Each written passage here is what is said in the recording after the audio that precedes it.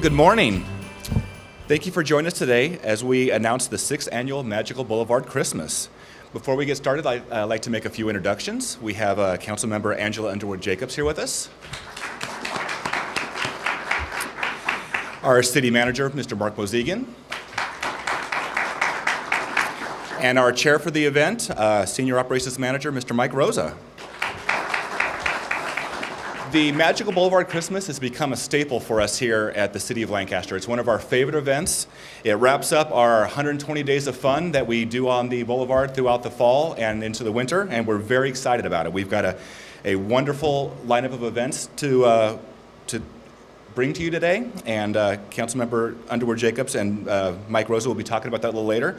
But it wraps up another year of everything we do at the city, and the year just goes by so quickly, and I can't believe it's December 1st already, and it's amazing how it all just ties together, and it ends with one of the most family-friendly events that we have, and we're just very, very excited about that. This year's event will take place next Saturday, December 12th at 5 p.m., and it'll be here on the Boulevard between Beach and Genoa Avenues. And so at this point in time, I'd like to bring up Angela Underwood-Jacobs, and she'll tell you more about it. Gosh, good morning. It feels so good to be here today as I'm sitting here and listening to the music in the background, looking at all these beautiful decorations here. So it kind of jolted me into the Christmas spirit and get the mood going. A magical Christmas time is a favorite time of year because it brings people together, encourages us to spend time with loved ones, celebrates the important aspects of life, such as family, faith, and friends. And the City of Lancaster is privileged to share this wonderful time of year with the Antelope Valley community. A Magical Boulevard Christmas is a perfect venue to spend time with the people that you love and care about while making memories, enjoying holiday traditions, and giving to needy families, such as giving through the AVTA's Stuff a Bus. It also draws a community very close together. A Magical Boulevard Christmas is one of our most beloved annual events. Christmas time brings many enjoyable festivities, along with holiday entertainment, such as choirs and carols, movies, bell ringers, which is my favorite, and seasonal activities, sledding, visits with Santa, Santa's workshop with arts and crafts. All of these activities are offered at A Magical Boulevard Christmas. Plus, this event also creates a wonderful winter wonderland ambiance where you can just relax and stroll the boulevard with family and friends. Thank you. Good morning. This is our 6th annual Magical Boulevard Christmas, and each year I come up here and talk about traditions of Christmas and how this has become one of our Antelope Valley traditions that people come and bring their children, and they look forward to every year, and of course I'll talk about that again today.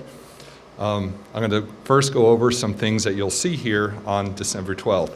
We have a lot of great performances by many local choirs and singers, including the world-famous Sunday Night Singers. And when I say that, I mean world-famous. They are international champions. They've toured the world, and they are world-famous. They're performing here today for us. Also, the Quartz Hill High School a cappella choir, the Palmdale Chamber Singers, Trinity Community Church, and the amazing quartet, Just Us Four. These entertainers will light up 3 stages, the Cedar stage, the Beck's Bandstand stage at Ehrlich, and the LPAC stage right out here at the Performing Arts Center. Families will also enjoy numerous Christmas activities, including riding on the holiday train, which takes a charming journey through our festive streets, and that you can get that right out here at LPAC is where the line will be forming. You can view stroll-by movie shorts, including Shrek the Halls, and Merry Madagascar, that is on Date Avenue. Children can unleash their creativity at the Santa's workshop or help create a holiday mural. In addition, again this year, we will have a live ice sculpting demonstration and also numerous photo opportunities with Santa and Mrs. Claus and many other Christmas scenes and holiday characters. A children's sledding area with real snow will again provide thrills for our younger attendees. In addition, the Antelope Valley Transit Authority will once again be on site hosting their annual Stuff a Bus gift campaign. Attendees are invited to bring new unwrapped toys to help needy families enjoy Christmas. So now we're going to go back, like I always do, 50 years ago to Clifton, New Jersey, where I was growing up, and I tell you all about my traditions and how you pass them along to your children. But there was something on last night, a show, it's the Charlie Brown Christmas. And one thing we're doing this year, we have, because of the movie, we said we should do a Charlie Brown scene with the tree and the doghouse, Snoopy's doghouse, and we have the characters, etc. And then last night, the 50th anniversary, which I didn't know, of a Charlie Brown Christmas. So how many of you watched it when you were little kids? Okay, how many watched it last night? Okay, so did I. So I didn't know there was a show on last night also about the 50th anniversary, and there was a lot of neat trivia. So I'm big on tradition and trivia. So in 1965, they approached Charles Schulz, the creator, and said they'd like to do a half hour, well now it's an hour somehow, there's probably a lot of commercials, it was an hour last night, but I think it used to be a half hour when I was a kid, a show about Snoopy and Charlie Brown, etc. And they talked, and he didn't want to do it, so he wasn't going to. But then the producer said, oh, by the way, I just finished the one documentary on Willie Mays. And that convinced him. He said, if it's good enough for Willie Mays, then it's good enough for me. So that was the impetus to get the a Charlie Brown Christmas. But he insisted on two things, Charles Schulz did. One was no laugh track, which is a staple in the 60s and 70s for all sitcoms and cartoons. There would be a laugh track, and that was a sticking point, but he stuck to his guns.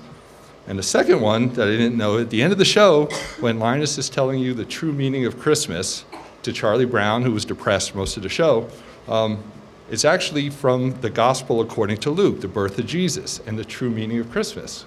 Well, even 50 years ago, I guess, CBS and the censors said, we can't have religion on this show. It won't fly. And Charles Schulz says, well, then there's no show if that's not in it. And they put it in, and 50 years later, it's still with us today. And one of the things, CBS did a preview of it for their executives, and no one liked it. They said, oh, okay, it's not going to work. One of the animators told Charles Schulz, don't worry, Charles, it'll be around for 100 years, they'll be watching this. So they're halfway there right now. And then tying that into the Boulevard Christmas, we're on our 6th year, and hopefully it does go 100 years, and that would be great, because just like Christmas, it's passed on to their kids and their kids and their kids, and that's what we're hoping to do here in the Antelope Valley. As Mike mentioned, that's just a small sample of what we'll have available on December 12th. And at this point in time, I'd like to invite Angela Underwood-Jacobs back up for some closing remarks. On behalf of the City of Lancaster, Mayor Paris, and the City Council, we invite you to come and celebrate with us next week on Saturday the 12th and make some wonderful memories with your family and us. We look forward to seeing you. Thank you so very much for being here this morning. Thank you.